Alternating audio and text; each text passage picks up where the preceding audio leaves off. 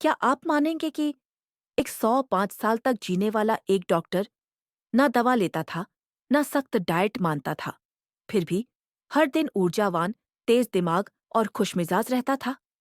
क्या लंबी उम्र कोई चमत्कार है या वो रोज की एक छोटी आदत जो हम सब अपनाना भूल चुके हैं? अगर आपकी उम्र 60, 65 या 70 के पार है, तो ये वीडियो आपके लिए किसी वरदान से कम नहीं, क्योंकि आज हम बात करेंगे उन 5 सरल आदतों की जो न सिर्फ आपके शरीर को स्वस्थ रखेंगी, बल्कि आपके जीवन को सम्मान और आनंद से भर देंगी। शुरुआत करते हैं उस जीवन दर्शन से जो जापान के बुजुर्गों ने जी कर दिखाया और जो आप भी आज से अपना सकते हैं। उम्र बढ़ने का मतलब कमजोरी नहीं, समझदारी है। आपने जिंदगी में बहुत कुछ सहा है, घर, परिवार, जिम्मेदारियां, संघर्ष। अब उम्र उस मोड़ पर है जहां शरीर थकता है, लेकिन आत्मा जीना चाहती है, सम्मान से, सुकून से, स्वाभिमान से। पर अफसोस, हमारे समाज में एक धारणा बन गई है कि 65 की उम्र के बाद इंसान कमजोर, निर्भर या बीमार हो जाता है। जबकि जापान जैसे देशों में 90 साल का बुजुर्ग भी हर दिन टहलता है, बागवानी करता है और समाज में सम्मान से देखा जाता है। तो सवाल उठता है, क्या हमारे यहाँ सम्मान सिर्फ उम्र से आता है या जीवन शैली और सोच से भी? डॉ शिगेकी हिनोहरा, जापान के एक ऐसे डॉक्टर जिन्होंने 105 साल की उम्र तक न केवल जिया, बल्कि हर दिन मरीजों का इलाज किया। उनकी जिंदगी में कोई जादू नहीं था, बस 5 आदतें थीं जो उन्होंने आखिरी सांस तक निभाईं। और वही 5 आदतें आज हम आपके साथ साझा करेंगे। साधारण लेकिन शक्तिशाली, ऐसी जो आपके जीवन में फिर से ऊर्जा, स्पष्टता और सम्मान भर सकती है। तो अगर आप भी चाहते हैं कि उम्र बढ़े, लेकिन गरिमा और आत्मबल के साथ, तो आइए इस यात्रा की शुरुआत करें। बात नंबर 1, पेट 100% नहीं, बस 80% भरिए। हारा हाचिबू। क्या आपको भी ऐसा लगता है कि अब खाने के बाद पेट भारी रहने लगा है, दोपहर में नींद आने लगती है और रात को भी चैन से नींद नहीं आती? ये कोई बीमारी नहीं, बल्कि हमारी थाली की आदतें बदल गई हैं। हम भूख से ज्यादा खाने लगे हैं, आदतन, भावनात्मक रूप से या सिर्फ स्वाद के लिए। जापान के ओकिनावा में, जहां सबसे ज्यादा लोग 100 साल की उम्र पार करते हैं, एक सिद्धांत है, हारा हाचिबू, यानी जब आपका पेट 80% भर जाए, वहीं खाना बंद कर दीजिए। डॉ हिनोहरा खुद भी इस आदत को जिंदगी भर निभाते रहे। हर निवाले को ध्यान से खाते थे, ना जबरदस्ती प्लेट खत्म करते, ना भूख को अनदेखा करते। अब सोचिए, जब पेट हल्का रहता है, तो शरीर भी हल्का महसूस करता है। पाचन बेहतर होता है, नींद गहरी होती है और दिमाग भी साफ चलता है। भारत में भी ये सोच सदियों से रही है। थोड़ा भूखा उठना लंबी उम्र की पहचान है, लेकिन आज हम उल्टा कर बैठे हैं। अब आप क्या करें? बहुत आसान उपाय है। हर बार भोजन से पहले बस खुद से एक सवाल पूछिए, क्या मैं सच में भूखा हूं या बस टाइम देखकर खा रहा हूं? और जैसे ही लगे कि अब पेट 70 से 80% भर चुका है, थोड़ा रुक जाइए, थाली को वहीं छोड़ दीजिए। यह कोई बलिदान नहीं, बल्कि शरीर को समझने की एक नई शुरुआत है। 68 साल की मधु जी की कहानी याद आती है, जो बचपन से यही सीखती आईं, थाली में कुछ नहीं छोड़ना चाहिए। लेकिन जब उम्र के साथ पाचन गड़बड़ाने लगा, नींद टूटने लगी, थकावट बढ़ गई, तब उन्होंने पहली बार हारा हाचीबू को अपनाया। सिर्फ कुछ ही हफ्तों में पेट हल्का, नींद बेहतर और सबसे खास, फिर से खाने में आनंद आने लगा। बात नंबर 2, ताकत चाहिए? मांस नहीं, दाल चना काफी है। ताकत चाहिए तो मटन खाओ। बुढ़ापे में शरीर गिरने लगता है, अंडा चिकन जरूरी है।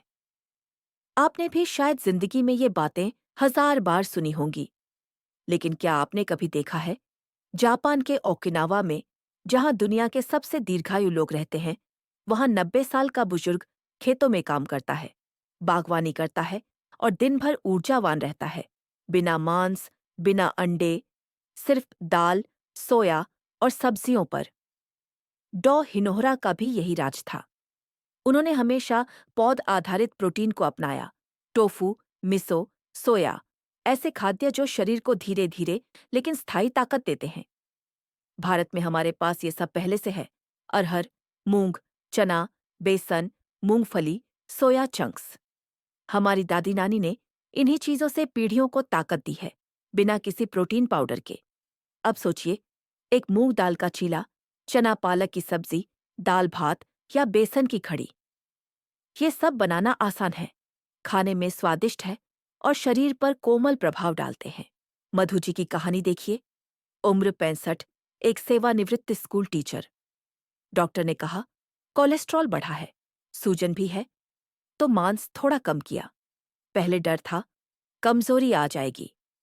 लेकिन उनकी पोती ने उन्हें एक यूट्यूब वीडियो दिखाया, जहां 100 साल तक जीने वाले बुजुर्ग सिर्फ पौध आधारित भोजन करते हैं। मधु जी ने भी कोशिश की।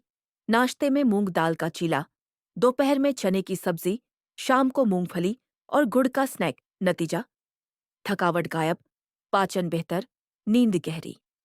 और सबसे बड़ा बदलाव, अब वो कहती हैं, मांस नहीं, अब मेरी ताकत मेरी थाली में है। अब आपकी बारी है। हफ्ते में सिर्फ 2 दिन मांस हटाकर दाल, चना या मूंग को थाली में लाओ। कोई महंगा डाइट प्लान नहीं, कोई सप्लीमेंट नहीं, बस एक पुराना भारतीय तरीका जो आज भी बुजुर्ग शरीर को नई ऊर्जा दे सकता है।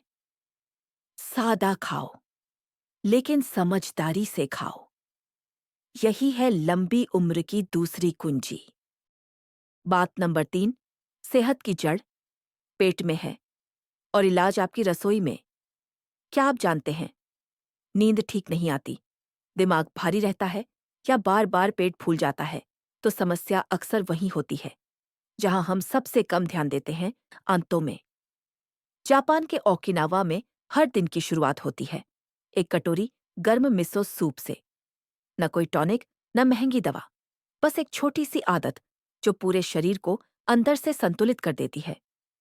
मिसो, नट्टो, अचार, किण्वित समुद्री चीजें, ये सब प्राकृतिक प्रोबायोटिक्स हैं जो पेट को साफ करते हैं, इम्यून सिस्टम को मजबूत करते हैं और दिमाग को हल्का रखते हैं। अब आप सोच रहे होंगे, हम मिसो कहाँ से लाएं? जरूरत ही नहीं, भारत की रसोई पहले से भरी है। छाछ, कांजी, दही, इडली का बैटर, आम का अचार, ये सब हमारी विरासत है। अब सोचिए, अगर सुबह की शुरुआत हो एक कटोरी गर्म छाछ से या दोपहर के खाने के साथ थोड़ी कांजी या दही, तो न सिर्फ पाचन सुधरता है, बल्कि नींद, ऊर्जा और मानसिक स्थिति में भी चमत्कारी बदलाव आता है। डॉ हिनोहरा ने कभी कोई प्रोबायोटिक कैप्सूल नहीं लिया। उन्होंने सिर्फ ये समझा कि अगर आंत साफ है, तो जीवन भी सरल और संतुलित होता है। हमारे देश में भी दादी नानी यही कहती थीं, दही खाओ, मन ठंडा रहेगा, छाछ पी लो, पेट साफ रहेगा। पर आज की पीढ़ी ने इन खाद्य पदार्थों को साइड डिश बना दिया है, जबकि असली सेहत तो यहीं छिपी है। तो अगली बार जब आप थाली सजाएं, तो एक कटोरी दही या एक गिलास छाछ को भी उसमें जगह दीजिए। ये ना तो खर्च करता है, ना समय लेता है, लेकिन शरीर को देता है स्थिरता और मन को देता है शांति। पेट साफ तो दिमाग साफ, मन हल्का तो जीवन सरल। यही है दीर्घायु का तीसरा सूत्र। बात नंबर 4, कार्ब से डरिए मत, बस सही वाला चुनिए। आजकल हर जगह सुनने को मिलता है, वजन कम करना है तो कार्ब्स छोड़ दो, शुगर बढ़ती है, चावल, रोटी बंद कर दो। और धीरे धीरे ये डर 60 से ज्यादा की उम्र में और गहराता है कि अब अगर हम शकरकंद, चावल या रोटी खाएंगे तो थकावट, सुस्ती और बीमारी बढ़ेगी। लेकिन क्या सच में ऐसा है? जापान के ओकिनावा में लोगों के भोजन का 60% हिस्सा कार्बोहाइड्रेट्स से आता है। लेकिन वो कौन से कार्ब हैं? बैंगनी शकरकंद, पचने में आसान, फाइबर से भरपूर और दिल दिमाग का दोनों के लिए वरदान। डॉ हिनोहरा ने भी चावल की जगह शकरकंद और हल्के अनाजों को चुना, क्योंकि वो जानते थे कि सही कार्ब न केवल शरीर को ऊर्जा देता है, बल्कि सूजन कम करता है और मानसिक स्पष्टता बनाए रखता है। भारत में हमारे पास भी हैं चमत्कारी विकल्प, रागी, बाजरा, ज्वार, कोदो, शकरकंद, जो कभी हमारी थाली का हिस्सा थे, लेकिन अब इंस्टेंट नूडल्स और प्रोसेस्ड ब्रेड ने उनकी जगह ले ली है। अब समय है लौटने का। एक कटोरी उबला शकरकंद, थोड़ा घी लगाकर बाजरा की रोटी या रात को खाई गई ज्वार की खिचड़ी। ये न सिर्फ स्वाद में सादगी लाते हैं, बल्कि शरीर को अंदर से हल्का, शांत और मजबूत बनाते हैं। और सबसे अच्छी बात, इनमें कोई साइड इफेक्ट नहीं, कोई डाइट चार्ट नहीं, बस आपकी पुरानी रसोई और नई सोच की जरूरत है। सही कार्ब्स शरीर के साथ मिलकर चलते हैं, न कि उसके खिलाफ। अगर आप दिन भर की थकावट, भारीपन और मानसिक सुस्ती से परेशान हैं, तो अगली बार थाली में एक बार शकरकंद, रागी या बाजरे को जरूर जगह दीजिए। यही वो छोटा बदलाव है जो बड़े फायदे की ओर ले जाता है। बात नंबर 5, लंबी उम्र का रहस्य आपकी सोच में छिपा है। हम में से बहुत लोग सोचते हैं कि सेहत सिर्फ उस पर निर्भर है जो हम खाते हैं, पर डॉक्टर शिगेकी हिनोहरा की जिंदगी हमें कुछ और ही सिखाती है कि असली सेहत, असली ऊर्जा हमारी सोच, हमारी लय और हमारे जीवन दृष्टिकोण से आती है। 105 साल की उम्र तक रोज मरीजों का इलाज करने वाले इस डॉक्टर ने कभी कोई डाइट चार्ट नहीं अपनाया, न कैलोरी गिनी, न सप्लीमेंट लिए। उनकी आदतें थीं बेहद सरल। सुबह एक कटोरी मिसो सूप, थोड़ी ताज़ी हवा में सैर और किताबों के 2 पन्ने पढ़ना। लेकिन इन आदतों के पीछे एक सोच थी। खुद को सुनो, शरीर की सीमाओं का सम्मान करो, हर दिन को एक लय में जियो, दबाव में नहीं, प्रेम में। यही सोच हमें आयुर्वेद में भी सिखाई जाती है। स्वस्थस्य स्वास्थ्य रक्षणम, आतुरस्य विकार प्रशमनम। यानी एक बुद्धिमान व्यक्ति सिर्फ बीमारियों का इलाज नहीं करता, बल्कि स्वस्थ अवस्था को बनाए रखने पर ध्यान देता है। डॉ हिनोहरा सीढ़ियां चढ़ते थे, क्योंकि वो महसूस करना चाहते थे कि शरीर चल रहा है। हर बातचीत में हंसी और जिज्ञासा रखते थे, ताकि मन स्थिर और हल्का बना रहे।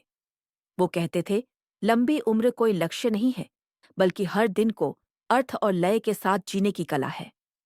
अब सोचिए, क्या हम भी रोज थोड़ा हंस सकते हैं?